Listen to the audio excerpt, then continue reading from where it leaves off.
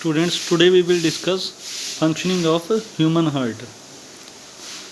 जो हार्ट होता है हमारा, इसमें 4 चैम्बर्स होते हैं, 4 खाने होते हैं, इसमें 4 पार्ट्स होते हैं इसके।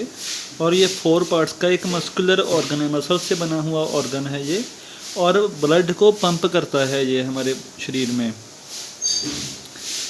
प्रेशर जितना ये हार्ट देता है वो इनफ होता है कि ब्लड वेसल्स जो हैं, ब्लड की नाड़ियाँ हैं, वो ब्लड को सारे पार्ट्स तक हमारे ले जाएं। इतना प्रेशर जो है हार्ट दे देता है। हार्ट में आपको पता होगा, ये आप अपनी चेस्ट पे हाथ रखोगे तो पता लग जाएगा कि हार्ट पे की रिदमिक कंट्रैक्शन एंड रिलैक्सेशंस होती रहती हैं, और इसी को ही बोलते हैं हार्ट बीट। जो नॉर्मल हार्ट बीट है वो 60 to 80 मिनट टाइम्स होती है पर मिनट में। 1 मिनट में 60 से 80 टाइम्स हमारा दिल जो है ये धड़कता है, बीट करता है। हम जो हार्ट बीट है इसको एक इंस्ट्रूमेंट की हेल्प से नोट कर सकते हैं, जिसको बोलते हैं स्टेथोस्कोप। जो ब्लड प्रेशर होगा हमारा, उसको भी एक इंस्ट्रूमेंट के साथ मेजर कर सकते हैं, जिसको हम बोलेंगे स्पाइगोनोमेनोमीटर। जब हमारा हार्ट बीट करता है तो फोर्सेस लगती हैं हमारे ब्लड से, तो हमें एक सेंसेशन, थ्रोबिक सेंसेशन होती है एक पॉइंट पे, जहाँ पे आर्टरीज हमारी स्किन के बिल्कुल क्लोज होती हैं, जैसे रिस्ट, नेक और अपर आर्म। ये जो थ्रोबिंग सेंसेशन है इसी को बोलते हैं पल्स। अगर हम पल्स रेट को काउंट कर लें तो हमें पता लग जाएगा कि हमारा कितनी बार बीट कर रहा है 1 मिनट में। जो 4 चैम्बर्स हैं हमारे हार्ट के वो हैं right auricle, left auricle, right ventricle and left ventricle. ये 4 पार्ट्स हैं हमारे हार्ट के। जो राइट ऑरिकल होगा वो राइट वेंट्रिकल में ओपन होगा, और जो लेफ्ट ऑरिकल होगा वो लेफ्ट वेंट्रिकल में ओपन होगा। ये देख सकते हो, लेफ्ट ऑरिकल जो है ये बाद में ओपन होता है लेफ्ट वेंट्रिकल में, और जो राइट ऑरिकल होता है ये राइट वेंट्रिकल में ओपन होता है। पल्मोनरी आर्टरी, सभी का फंक्शन पढ़ेंगे हम। पल्मोनरी आर्टरीज जो हैं ये ब्लड को लंग्स तक लेके जाती हैं ताकि वो उसमें ऑक्सीजन फिल कर सके। ऑक्सीजनेशन का मतलब होता है ऑक्सीजन फिल करना। जो पल्मोनरी वेन्स हैं ये ब्लड को वहाँ से फिर लेके आएंगी लंग्स तक, और इसको लेफ़्ट ऑरिकल में डाल देंगी। जो लेफ़्ट ऑरिकल होता है इसकी थिन वॉल्स होती हैं, ये ब्लड को पंप कर देता है लेफ़्ट वेंट्रिकल में, नीचे ब्लड को ये पास आउट कर देगा। ये वाल्व होती है हमारे हार्ट की। ये जो वाल्व्स हैं ये चैम्बर्स को अलग अलग रखती हैं ताकि ब्लड जो है ये मिक्स ना हो जाए, और ये भी देखती हैं कि ब्लड जो है सिर्फ एक डायरेक्शन में ही फ्लो करे, डबल डायरेक्शन में ना चले जाए। जैसे एक अगर नीचे आ रहा है तो वापस ऊपर ना चले जाए, ये भी वाल्व्स का फंक्शन होता है। Next is left ventricle. जो लेफ़्ट वेंट्रिकल होगा इसकी वॉल्स थिकर होंगी, और ये ब्लड को दूर के पार्ट तक लेके जाएगा, यानी कि सारे पार्ट्स तक लेके जाएगा अरोटा के थ्रू। जो अरोटा होगा ये ब्लड को डिफरेंट पार्ट्स तक लेके जाएगा हमारे। Next is right auricle. ये ऑक्सीजनेटेड ब्लड जो है ये कलेक्ट करेगा सारे पार्ट से, और किसके थ्रू करेगा? वीन्स के थ्रू। ये फिर जो ब्लड होगा ये नीचे चला जाएगा राइट वेंट्रिकल में। ये जो राइट वेंट्रिकल होगा ये ब्लड को पंप कर देगा पल्मोनरी आर्टरीज में, और ये लंग्स को तरफ इसको ले जाएंगे फिर ब्लड को, ताकि ये ऑक्सीजनेशन हो सके इसमें। तो मेनली पल्मोनरी वेन से ब्लड एंटर करना था पहले, फिर आ गया लेफ़्ट ऑरिकल में, फिर वेंट्रिकल में, फिर यहाँ से अरोटा के थ्रू सारे बॉडी पार्ट्स तक चला गया। नेक्स्टली जो कलेक्ट करना है राइट ऑरिकल ने कलेक्ट करना है वेन्स के थ्रू, फिर राइट वेंट्रिकल में डाल देना है इसने, और बाद में पल्मोनरी से जो आर्टरीज हैं इनके थ्रू ब्लड जाएगा ऑक्सीजनेशन होने के लिए लंग्स में। तो ये थी फंक्शनिंग ह्यूमन हार्ट की। Next is transport in plants. कितने ही तरह के प्लांट्स होते हैं, जैसे हर्ब्स, शर्ब्स एंड ट्रीज, और प्लांट्स को वाटर जो है वो ट्रांसपोर्ट करना पड़ता है रूट से लेके लीव्स तक, और जो फूड मैन्युफैक्चर होता है लीव्स में उसको भी ट्रांसपोर्ट करना पड़ता है डिफरेंट पार्ट्स तक प्लांट के।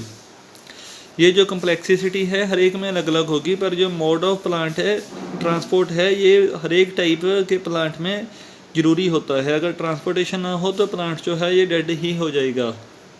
एक टिश्यू होगा जिसको जाइलम टिश्यू बोलेंगे, ये पाइपलाइन की तरह एक होगा और ये वाटर और मिनरल्स को रूट से पिक करेगा और लीव्स तक लेके जाएगा। जो फूड होगा वो लीव्स में बनता है। अगर एक बार फूड बन गया तो फिर ज़रूरत होगी इसको हर एक पार्ट तक सेंड करने की। एक ऐसा प्रोसेस जिसके थ्रू वाटर डिफरेंट पार्ट्स तक जाता है उसको बोलते हैं ट्रांसलोकेशन। जो फूड लीव से सारे पार्ट्स तक जाएगा इसको बोलेंगे ट्रांसलोकेशन। एक फिर इसके जैसे स्पेशल टाइप ऑफ टिश्यूज़ होते हैं जिनको फ्लोम बोलते हैं। ये पाइपलाइंस की तरह एक्ट करते हैं और प्रिपेयर फूड को सारे प्लांट पार्ट्स तक लेके जाते हैं। जाइलम जो था वो वाटर एंड मिनरल्स को लेके जाता था और जो फ्लोम है ये फूड और उसके प्रोडक्ट्स को एक पार्ट से दूसरे पार्ट तक लेके जाएगा। Next is transpiration process.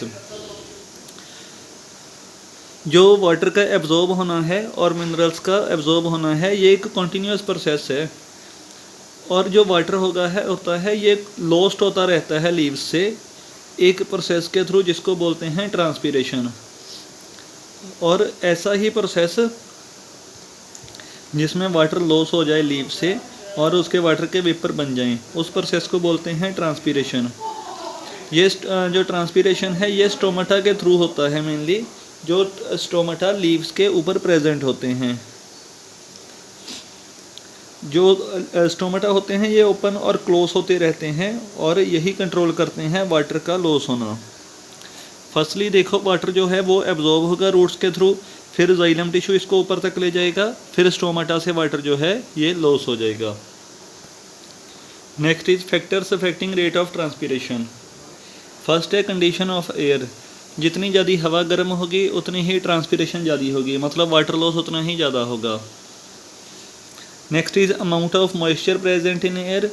हवा में जितना कम मॉइस्चर होगा उतना ही ट्रांसपीरेशन ज़्यादा होगी। या कह सकते हो जब ज़्यादा गर्मी हुई तब गर्मियों में क्या होता है हवा में मॉइस्चर नहीं ज़्यादा होता तो इसीलिए ट्रांसपीरेशन ज़्यादा होती है।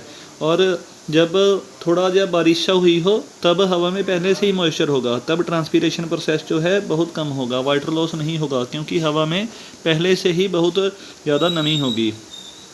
Next is number of stomata found on leaves. जितने ज़्यादा स्टोमाटा होंगे उतनी ही ट्रांसपीरेशन ज़्यादा होगी। The size of leaves. जितने ज़्यादा लीफ होंगे उतनी ही ट्रांसपीरेशन ज़्यादा होगी क्योंकि लीव्स के थ्रू ट्रांसपीरेशन होती है। नेक्स्ट इंपॉर्टेंस क्या है फिर ट्रांसपीरेशन की। ये एक इम्पॉर्टेंट प्रोसेस है प्लांट्स के लिए और इसके काफ़ी सारे एडवांटेज हैं। फर्स्ट एडवांटेज है एक्सचेंज ऑफ गैसेज।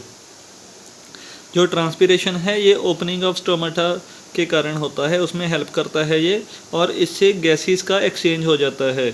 गैसेस का एक्सचेंज मीन्स जो प्लांट्स को कार्बन डाइऑक्साइड चाहिए होती है हवा से वो ईजिली ये गेन कर लेते हैं। Next is cooling effect. जब इवेपोरेशन होगी वाटर की ट्रांसपीरेशन प्रोसेस के थ्रू तो टेम्परेचर जो होगा प्लांट का वो कम होता जाएगा और ये प्लांट जो है ये कूल होता जाएगा। इसीलिए ये एक कूलिंग इफेक्ट देता है ताकि प्लांट जो है ये ओवर हीटिंग के कारण भी गर्मियों में भी ज़्यादा इसको इफ़ेक्ट ना पड़े, ख़राब ना हो जाए ये, तो उसमें भी ये इफेक्ट असरदार होता है। Next is effect of on mineral and water transport. जो ट्रांसपीरेशन है एक लो प्रेशर ऊपर क्रिएट कर देता है ताकि जो फोर्सेस हैं वो लग जाएं कि वाटर और मिनरल्स ऊपर आने शुरू हो जाएं। ये सिमिलर है जब हम जूस या वाटर ड्रिंक करते हैं स्ट्रॉ के थ्रू, ऊपर प्रेशर कम हो जाता है तो वो नीचे से ऊपर की तरफ वाटर मूव करने लग जाता है। सेम ऐसे ही प्लांट्स के केस में भी होता है और जो वाटर एंड मिनरल्स होंगे ये सभी पार्ट्स तक फिर पहुंच जाएंगे प्लांट्स के।